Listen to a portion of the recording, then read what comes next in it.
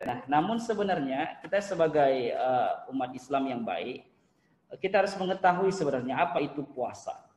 Nah, untuk mengetahui itu kita tidak terlepas dari pengertian secara bahasa dan juga pengertian secara istilah nih, Pak. Karena dua pengertian ini sangat penting dalam mendefinisikan apapun, dalam mempelajari ilmu apapun, kita harus bertolak atau berdasar dari dua bagian ini. Yang pertama, apa makna daripada segi bahasa, kemudian juga apa itu secara istilah. Nah, gitu. Insya Allah kita akan bahas. Puasa itu secara bahasa Arab dikenal dengan as-sawma yasumu, sauman atau as-sawm, bisa dikatakan. Dengan isim fa'ilnya itu as-saim, orang yang berpuasa. Gitu. Nah, dari segi bahasa apa maksud daripada as-sawm itu, as-siyam itu? Dijelaskan di dalam kitab ataupun kamus bahasa Arab yang dikarang oleh Ibnu Manzur, kalau kita dulu bilangnya Ibnu Munzir gitu ya, Munzir, agak kasrah dia kan. Dalam kamus Lisanul Arab, ya, kamus ini agak termasuk menjadi rujukan utama ya bagi para pencari makna dalam bahasa Arab. Itu asyam itu artinya adalah menjaga ya. Bahkan di sebagian kitab lain dijelaskan dalam Subul Salam itu asyamu huwa al-imsak. Al-imsak. Apa itu imsak? Itu menjaga. Itu dari segi bahasa. Nah, kita tidak terlepas dari segi istilah juga. Karena kalau dari segi bahasa aja menjaga, apa yang dijaga kan gitu. Oleh karenanya para ulama juga memberikan pengertian itu secara istilah. Nah, bagaimana berkenaan tentang puasa secara istilah? Nah, istilah ini lebih lengkap tentunya daripada bahasa. Secara istilah itu puasa itu adalah menjaga diri daripada segala yang membatalkan puasa, daripada mulai terbitnya fajar sehingga terbenamnya matahari. Jadi kalau di Indonesia itu ya berkisaran kalau subuh itu jam 5 sekarang kalau tidak silap ya. Nah, jam 5. Kemudian berbukanya jam 6.35. Sampai disitulah kita jaga al-imsak. Kita menjaga dari segala yang membatalkan puasa. Nah, lain apalagi kita berbicara tentang apa saja yang membatalkan puasa, tentunya banyak nanti lagi kan. Salah satu yang paling besar itu adalah makan dan minum, itu sudah pasti kan. Kemudian tidak hanya membatalkan puasa secara fisikly, ada juga membatalkan puasa secara hakikat dan makna. Apa itu? Yaitu membatalkan puasa dengan pahala puasanya. Kenapa? Karena memang sama dengan yang Bapak Harun sampaikan tadi, orang puasa ini ikut-ikutan gitu. Puasa kawannya dia pun puasa. Tapi dia tidak mengetahui tentang yang membatalkan pahala puasa dan juga yang membatalkan puasa secara fisik. Ataupun sebagian orang hanya mengetahui membatalkan puasa secara fisik, makan dan minum begitu. Tapi dia tidak tahu membatalkan pahala puasa dan amalan-amalan dalam berpuasa. Itu saya kira. Oke, Pak. Jadi anak-anak saudara semua sudah jelas tadi pengertian secara detail yang dijelaskan oleh Ustadz Rahim tentang apa itu puasa tadi, menahan kata Ustadz Rahim. Nah, jadi gini Pak, di agama lain juga ada dikenal istilah puasa. Bahkan kalau di kedokteran, kadang-kadang pasien itu juga disuruh puasa. Nah, jadi pertanyaannya Pak selanjutnya ini adalah, apa bedanya puasa kita dengan di Islam dengan puasa agama lain atau di bidang kesehatan? Atau siapalah yang nyuruh ini? Apa dalilnya gitu Pak? Oke. Nah, gitu. Ya, berkenaan tentang dalil ya tadi Pak ya. Dari mana kita kok kan puasa ini agama lain pun ada gitu ya. Kemudian agama Islam juga ada. Dari mana arahan dan suruhan ini begitu? Masyhur kita dengar bahwasanya dalam Al-Qur'an itu dijelaskan, kalau tak silap saya pada surah Al-Baqarah ayat 183 itu berbunyi a'udzubillahi minasyaitonirrajim ya ayyuhalladzina amanu kutiba alaikumusiyam kama kutiba alal ladzina min qablikum la'allakum tattaqun. Kata Allah Subhanahu wa taala dalam Al-Qur'an itu bahwasanya ya ayyuhalladzina amanu, wahai orang-orang yang beriman.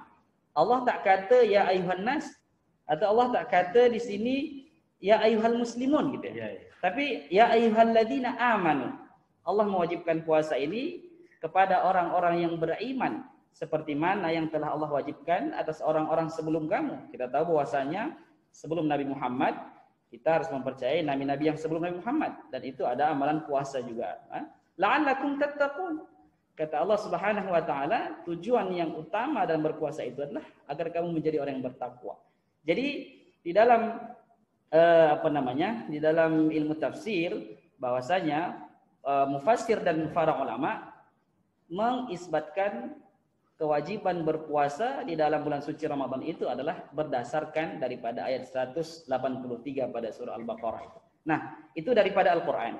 Nah, kita kan umat Islam ini berpegang teguh kepada dua hal ya. Yang pertama itu kepada Al-Qur'an, kemudian As-Sunnah. Di dalam As-Sunnah juga Allah juga memberikan induksi ataupun memberikan arahan tentang kewajiban berpuasa ini.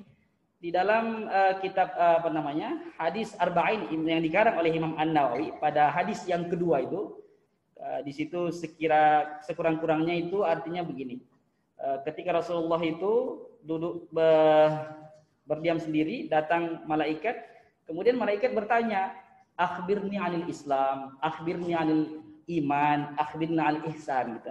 Jadi ketika Rasulullah itu ditanya oleh malaikat Jibril, padahal yang datang itu adalah malaikat Jibril, Rasulullah tidak mengenal dia. Gitu.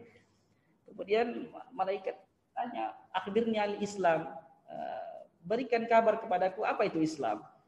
Dan Rasulullah menjawab, antasyhadu an la ilaha illallah wa anna Muhammadar Rasul.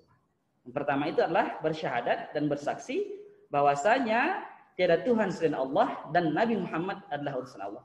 Kemudian yang kedua dilanjutkan dari hadis itu juga dalam matan hadis Arba'in itu, wa tuqimas shalah, mendirikan salat, wa tu'tiyaz zakah, memberikan zakat, wa tasuma Ramadan, dan berpuasa di bulan suci Ramadan.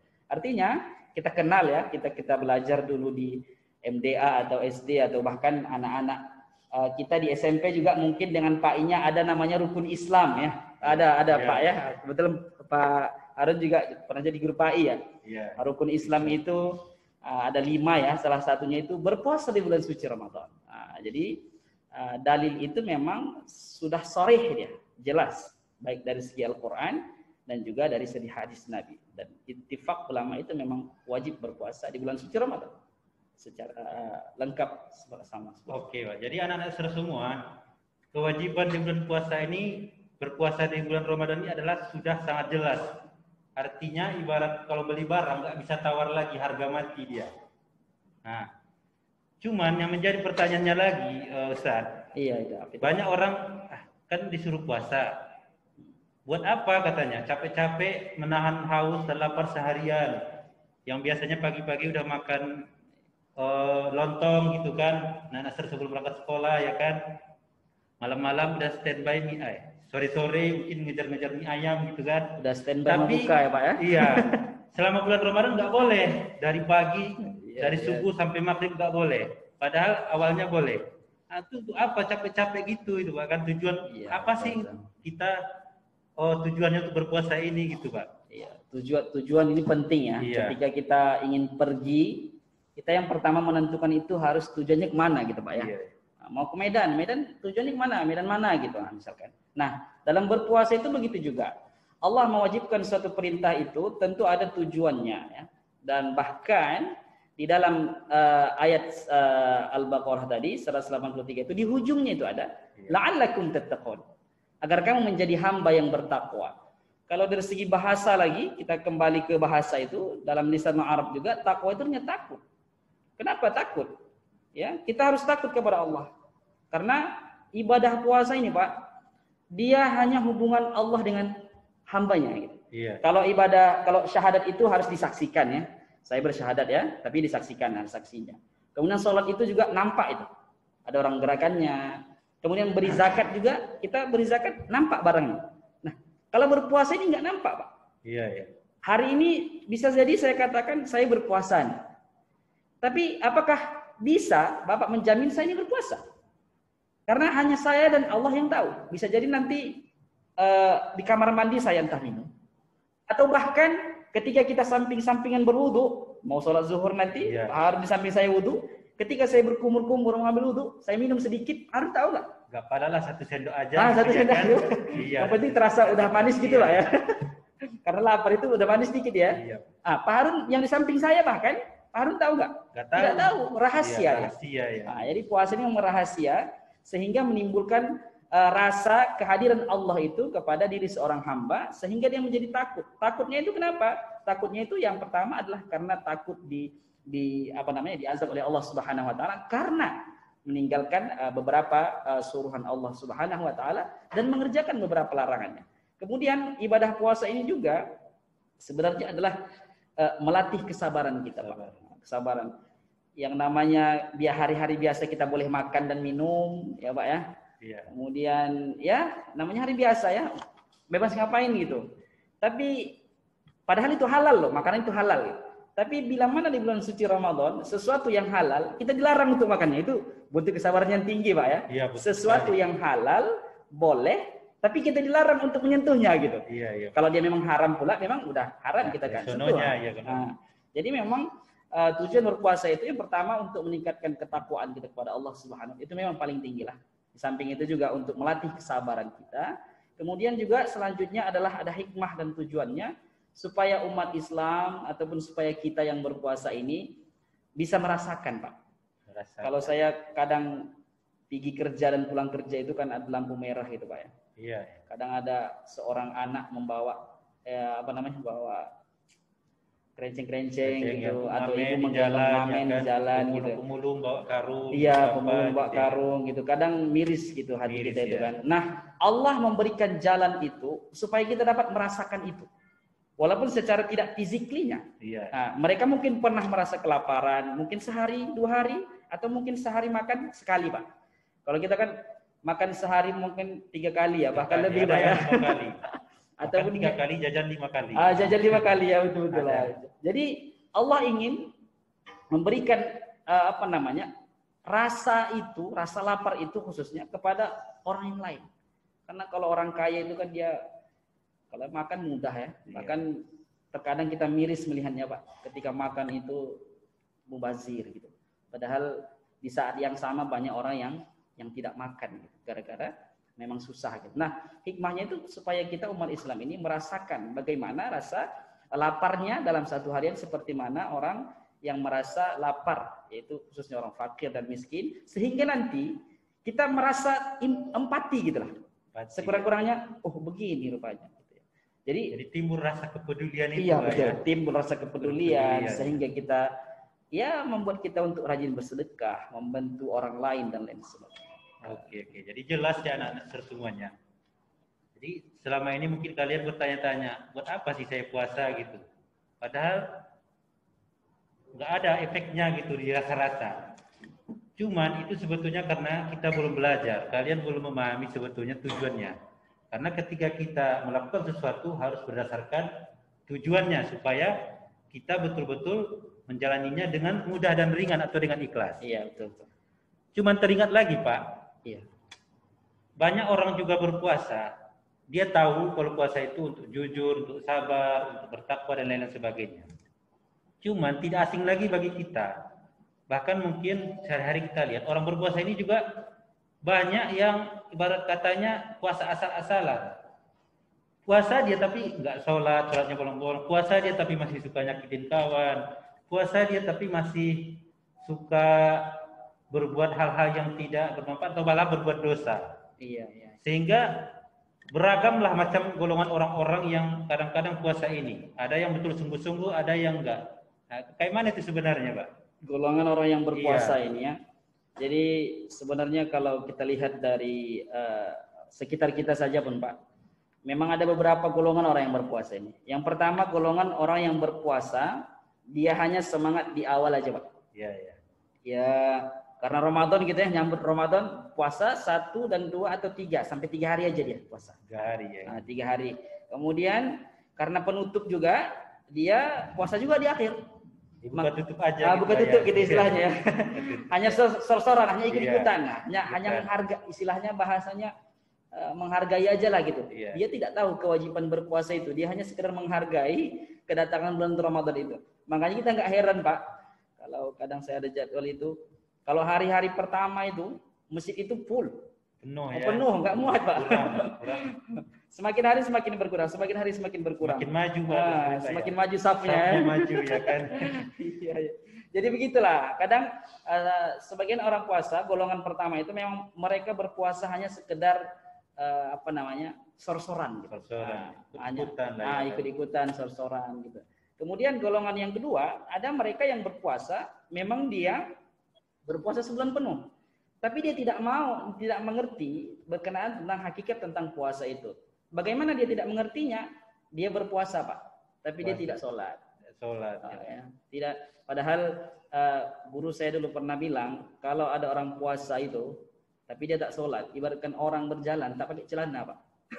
Ibaratkan baju ya, kan? Puasa itu sebagai baju kemudian ya, kan? Celana itu sebagai sholatnya gitu. Iya. Nah, padahal memang kewajiban sholat itu memang tidak pun di bulan suci Ramadan sudah wajib kan sholat itu kan. Nah, jadi kebanyakan mereka memang kembali lagi tadi kesersoran itu, dia berpuasa tapi dia meninggalkan hal-hal yang wajib yang sebenarnya tidak pun didapat di bulan puasa itu dikerjakan gitu. Seharusnya begitu ya kan, seperti sholat itu kan. Ya. Kemudian di samping itu juga dia berpuasa tapi dia tidak tahu berkenaan tentang yang membatalkan pahala puasa tadi. Nah, ini paling banyak lah, mungkin pun kita terlepas juga ini, Pak. Iya, ini Pak. Kebanyakan orang orang awam memahami puasa itu sekedar menahan makan dan minum. Iya, lapar dan haus, itulah kebanyakan. Dari makan dan minum kebanyakan orang sudah aman gitu, Pak. Sudah terjaga dia dari makan dan minum itu selama sehari. Iya.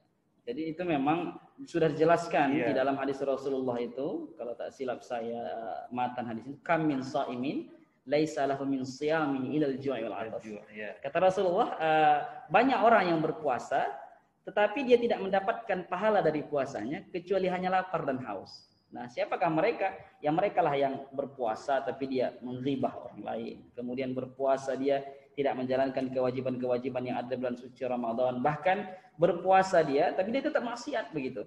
Nah, karena dia sama seperti yang Bapak bilang tadi, dia mengira bahwasanya puasa itu hanya sekedar menahan makan dan minum gitu. Nah, itulah kebanyakan orang ini. Kebanyakan memang orang yang berpuasa seperti itulah, karena dia menganggap dan mengira bahwasanya puasa itu hanya sekedar makan dan minum, padahal banyak hal lain membatalkan puasa dan membatalkan pahala puasa. Makanya kita pun harus terhindar nih, Pak. Ya, terhindar dari orang yang berpuasa sudah capek sebulan penuh lamanya, tapi kita hanya mendapat kelaparan dan haus. Saya rasa rugi 2 kali nih, Pak. Sudah nggak bisa makan lontong, makan ayam penyet, ya kan. Udah capek seharian, pahala pun tak dapat. Udah lemas tiap hari ya. Tiap hari ya kan. Pahala pun tak dapat. Pahala pun tak dapat, malah dosa. Kalau tidak dijaga dengan baik puasa kita itu ya, Pak. Malah dosa yang timbul ya. Iya. Kemudian yang ketiga, tadi sedikit lagi, Pak. Tadi 3 golongan. Yang pertama itu yang memang sor-soran puasa di awal akhir. Kemudian yang kedua puasa tapi dia tidak menjaga pahala puasa itu. Kemudian yang 3 memang orang yang berpuasa secara penuh, secara sempurna dan memang dia menjalankan ibadah-ibadah sunnah, bukan hanya wajib, bahkan sunnah juga dia jalankan di ibadah. Makanya Allah di dalam surah Al-Baqarah itu ada jelaskan 185 kalau saya silap. Walitukmilul iddah. Kata Allah Subhanahu wa taala, walitukmilul iddata walitukabbirullaha ala ma hadakum.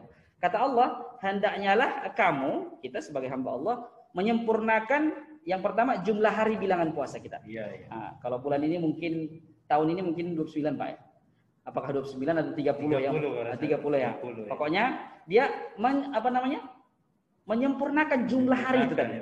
Bukan 2 hari ya, bukan seminggu atau bukan 25 hari, tapi 1 bulan itu penuh. Tergantung fatwa MUI kita lah, apakah 29 untuk tahun ini atau 30. Kemudian yang kedua, menyempurnakan ruh kita berpuasa itu. Menyempurnakannya itu dengan amalan-amalan sunnah yang kita tambah. Kita tahu bulan Ramadan adalah syahrul Quran kan, memperbanyak membaca Al-Quran, tadarus Quran. Kemudian juga kita perlu tambah kesempurnaan dalam semangat jiwa berpuasa kita itu. Nah, jadi walaupun kita puasa jangan sering ngeluh, Pak ya. Saya dulu kecil memang puasa bekerja pula lagi. Jadi kadang mengeluh gitu, puasa ini ngapain gitu. Namanya kita belum capeknya double, lapar haus, harus kerja lagi, keluar keringat. Tapi karena memang kita tidak tahu ininya, tujuannya, Pak. Tapi setelah kita tahu tujuannya, insya Allah keikhlasan itu perlahan-perlahan akan mulai timbul lah. Insya Allah mudah-mudahan jadi ikhlaskan. Jadi jelas anak-anak seri ini semuanya ada 3 golongan tadi yang dijelaskan Ustaz Rahim berkaitan orang yang berpuasa. Nah, pertama orang yang puasanya sembarangan, asal-asalan, ikut-ikutan aja. Yang kedua bolong-bolong dia, kadang betul-betul, kadang batal-batal. Kadang betul-betul, kadang batal-batal. Jadi barat ember dibolong-bolongin, diisi air tuh yang ngalir aja. Tumpah, Pak ya. Tumpah ya kan. ada yang ketiga dia sungguh-sungguh betul, istiqomah betul-betul mempersiapkan menjalannya dengan penuh kekhusyuan gitu. Tergantung kita sekarang ini mau diposisikan di golongan mana ketika melaksanakan ibadah puasa. Ya, cuman Pak, puasa ini kan ibadah yang apa namanya? Kontinuitasnya tinggi selama sebulan. Iya, penuh dari pagi sampai sore, sampai maghrib lah ya. Iya, iya. Sebelum ini. Ibaratnya pekerjaannya itu tidak terlalu tampak, cuma menahan gitu. Betul. Nah, kira-kira selain menahan itu, apalagi kira-kira amalan-amalan atau kewajiban-kewajiban kita selama di bulan Ramadan untuk menunjang kesuksesan atau kualitas puasa kita semakin bermakna di sisi Allah Subhanahu Wa Taala. Nah ini Pak, yang perlu kita tuntaskan lagi. Berarti tadi penjelasan lanjut tentang golongan yang ketiga, ya. Itu. Jadi berpuasa itu tidak hanya sekedar menahan lapar dan haus saja, tapi juga menahan membatalkan dari pahala puasa dan kemudian juga menambah amalan, Pak. Jadi bulan Ramadan itu kan bulan penuh amalan gitu ya. Bahkan dijelaskan dalam dalam hadis Rasulullah man shoma ramadhana imanan wa ihtisaban ghufira lahu ma taqaddama min dzambi. Kalau mau mendapatkan ghufira lahu ini, diampunkan dosa ini, kita tentunya harus punya amalan. Salah satunya kita tahu ada amalan khas di bulan Ramadan. Salat tarawih, Pak. Salat tarawih. Dan salat tarawih ini kayak manapun orangnya, kayak manapun alimnya kita, nggak boleh luar Ramadan, Pak. Iya, bisa ya. Iya, dia hanya khusus di bulan suci Ramadan, dan kita hanya mendapatkan setahun sekali. Dan kita pun belum tentu juga tahun ini kita dapat, alhamdulillah kepada Allah. Tahun depan kita belum tentu dapat, Pak. Karena kita tidak ada jaminan umur bagi kita kan. Jadi menambah amalan itu memperbanyak sholat sunnah. Salah satunya sholat sunnah tarawih. Baik itu 11 rakaat ataupun 23 rakaat. Kita tak terlepaslah dari mana yang milih 23 kah atau yang 11 rakaat kah. Jadi menambah amalan selama di bulan suci Ramadan. Kemudian apalagi amalannya? Tadarus Al-Quran. Jadi kalau kita tengok kadang pulang malam ada yang tadarus, Pak ya. Bapak-bapak remaja gitu. Kadang paginya ada mama-mama gitu. Memang harus memperbanyak tadarus di bulan suci Ramadan. Karena memang syahrul Ramadan alladzi unzila fihi Al-Quran. Kata Allah Subhanahu wa taala, di bulan suci Ramadan ini Allah menurunkan Al-Quran. Nah, kemuliaan Ramadan itu salah satunya terletak karena diturunkan Al-Quran di bulan suci Ramadan. Nah, bagaimana kita memuliakan pula? Allah sudah memuliakan Ramadan itu dengan menurunkan Al-Quran di dalam bulan itu. Lantas kita sebagai hamba, rasa bentuk syukur kita, tentunya kita juga menghargai turunnya Al-Quran itu dengan memperbanyak membaca Al-Quran. Kata hadis Rasulullah SAW dijelaskan bahwasanya Iqra'ul Qur'ana fa innahu ya'ti yaumil qiyamati syafi'al ashabi. Kata Rasulullah, memperbanyaklah baca Al-Quran, karena Al-Quran itu nanti akan menjadi penolong bagi kita di akhirat nanti bagi siapa yang sering membacanya. Jadi tidak hanya di bulan suci Ramadan, di luar Ramadan juga, tapi lebih-lebih lagi tadi pertanyaan Bapak itu untuk meningkatkan ketakwaan kita itu lebih lagi kita lakukan di bulan suci Ramadan itu. Oke, Pak. Jadi berbicara tentang tadi kembali lagi kemuliaan Ramadan ini. Apa sebetulnya kenapa dia bisa jadi lebih mulia gitu? Padahal Allah menurunkan bulan itu ada 12. Iya, betul. Dari Safar ya kan, Muharram ya kan, Safar sampai Zulhijjah. Ada Ramadan. Kenapa Ramadan ini menjadi beda istimewa sendiri dia dibandingkan bulan lain? Padahal sebetulnya bulan kalau kita rasa-rasa ya kan hari-hari yang lainnya sama saja dari Senin sampai Senin lagi. Jamnya pun sama juga, Pak. Sama saja ya kan. Nama hari pun sama. Harinya pun sama. Kira-kira yang menjadi bedanya itu apa itu bulan Ramadan ini? Istilahnya yang sekedar menjadi pembeda itu nama bulannya aja. Nama bulannya jam saja sama. Hari pun sama. Hari pun sama, betul. Jamnya pun sama. Gitu. Memang kalau kita lihat di dalam Al-Quran itu, Allah menjelaskan ada 12 bulan dalam setahun. Na'ashar ya. Na'ash kalau bahasa Arab. Na'ash gitu, 12 bulan. Cuman 12 bulan ini Allah tidak sebutkan kecuali bulan Ramadan. Ya, dalam bulan cuma yang sebutkan itu menariknya, Pak. Namanya, secara khusus dia hanya bulan Ramadan. Walaupun ada Allah menjelaskan 4 bulan haram, tapi tidak dijelaskan secara tekstual. Enggak langsung sebut nama. Tidak sebut nama. Tapi Ramadan ini sudah jelas. Pada surah Al-Baqarah ayat 185 kalau tak silap. Syahrul Ramadan. Syahrul Ramadan ya. Tanpa ada pemisah lagi bahkan. Bulan Ramadan unzila fihil Quran. Nah, jadi memang kemuliaan yang paling utama itu adalah kembali tadi kepada penurunan Al-Quran. Diturunkan oleh Rasulullah. Kemudian ada lagi di dalam hadis lain Dijelaskan bahwasanya ada malam Lailatul Qadar. Ya. Dan bahkan di dalam Al-Qur'an sendiri pun juga dijelaskan Allah Subhanahu wa taala, a'udzubillahi minasyaitonir rajim, inna anzalnahu fi lailatul qadar. Wa ma adraka ma lailatul qadar? Lailatul qadri khairun min alfi syahr. Tanazzalul malaikatu wa ruhu fiha bi idzni rabbihim min kulli amr, salamun hiya hatta matla'il fajr. Allah Subhanahu wa taala menurunkan malam Lailatul Qadar. Iya. Iya. Cuman pertanyaannya apa itu malam Lailatul Qadar, Pak ya? Nah, saya pun dulu ketika belajar pun malam Lailatul Qadar. Sering saya dengar, Pak. Kira-kira kayak mau turun sesuatu. Oh, gitu ya. Gitu, kan? Apa yang turun gitu ya. Kemudian dijawab Allah Subhanahu wa taala, "Wa ma adraka ma Lailatul Qadar? Lailatul Qadri khairun min alfi syahr." Dalam tafsir itu dikenali dengan tafsir siyak dan sibak, Pak. Iya. Kalau siyak dan sibak itu ayat itu langsung ditafsirkan ayat setelahnya. Ya, itu. Sama dengan ihdinas siratal mustaqim. Apa penafsiran ihdinas siratal mustaqim? Siratal ladzina an'amta alaihim. Ditafsirkan oleh ayat berikutnya. Iya, dijelaskan. Dan ya. ini sangat sharih ya, jelas dia gitu. Jelas. Tidak perlu dari mencaplok ayat lain ataupun mengambil hadis dari Rasulullah SAW. Jadi jelaskan di situ bahwasanya memang ayat selanjutnya itu menjelaskan tentang itu tadi, berkenaan tentang diturunkannya Al-Qur'an itu. Syahr Ramadan alladzi unzila fihi al-Qur'an hudal linnasi wa bayyinatin minal huda wal furqan. Jadi diturunkannya Al-Qur'an itu memang sebagai petunjuk bagi manusia, baik mana jalan yang baik dan mana jalan yang tidak baik. Berkenaan tentang Lailatul Qadar tadi juga Allah tafsirkan langsung, wa ma adraka ma Lailatul Qadar. Kata Allah, Lailatul Qadri khairum min alfi syahr. Kata Allah Subhanahu wa taala, Lailatul Qadri itu lebih baik daripada 1000 bulan. Kemudian di beberapa tafsir dijelaskan apa itu yang lebih baik dari 1000 bulan itu. Dijelaskan dalam hadis Rasul dan para ulama itu bahwasanya yang lebih baik daripada 1000 bulan itu adalah apabila kita mendapatkan malam Lailatul Qadar ini, ibaratkan kita baca subhanallah, subhanallah, subhanallah. Di saat kita membaca subhanallah itu turun malam Lailatul Qadar, Pak. Maka amalan kita yang subhanallah itu jadi Allah hitung berlipat ganda, bahkan hampir sama dengan 83 tahun lamanya kita beramal subhanallah, subhanallah. Jadi sangat lama itu. Bahkan kita pun nggak bisa menjamin, Pak, ya umur kita berapa tahun ya. Iya, Pak. Tapi bila kita mana mendapatkan bulan suci malam Lailatul Qadar itu, insya Allah Allah akan membalas itu dengan ganjaran amalan yang lebih baik daripada 1000 bulan. Masya Allah. Mudah-mudahan bulan ini kita mendapatkanlah walaupun tidak sengaja dan sengaja gitu. Karena memang kata Rasulullah pun ada tanda apa namanya? Ada Rasulullah kasih indikasi, Pak. Ya. Malam Lailatul Qadar itu Ashra akhir fi Ramadan. 10 akhir pada bulan suci Ramadan, terutama pada bilang-bilang ganjil, malam-malam ganjil. Ya, makanya kalau dulu saya di kuliah di Malaysia itu di UM itu, Pak. Kalau sudah malam ganjil itu di masjid itu penuh, Pak. Penuh ya.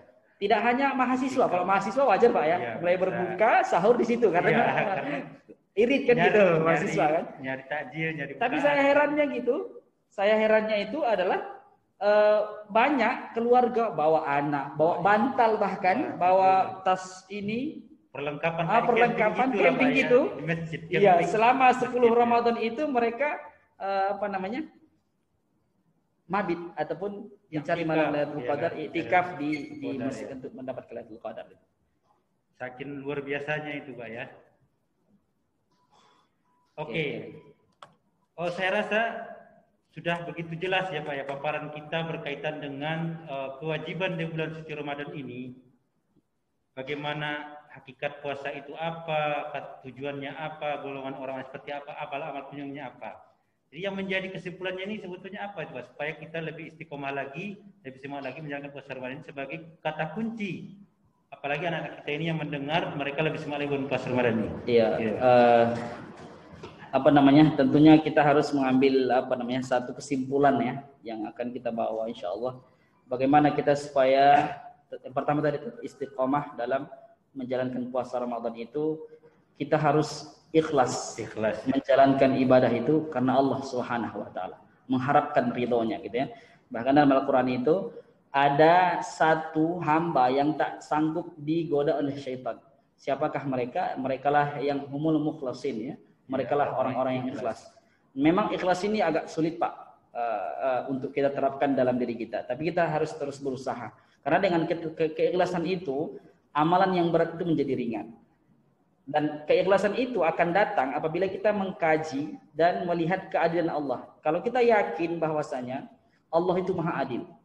Setiap segala sesuatu yang kecil pun buruk kita lakukan, Allah akan balas keburukannya. Dan setiap hal yang baik kita lakukan kecil pun dia, bahkan dalam bahasa Arab itu dzarrah ya. Dzarrah itu kalau dalam ilmiahnya itu atom bahkan. Atom kecil, lebih kecil lagi ya. Itu akan Allah balas.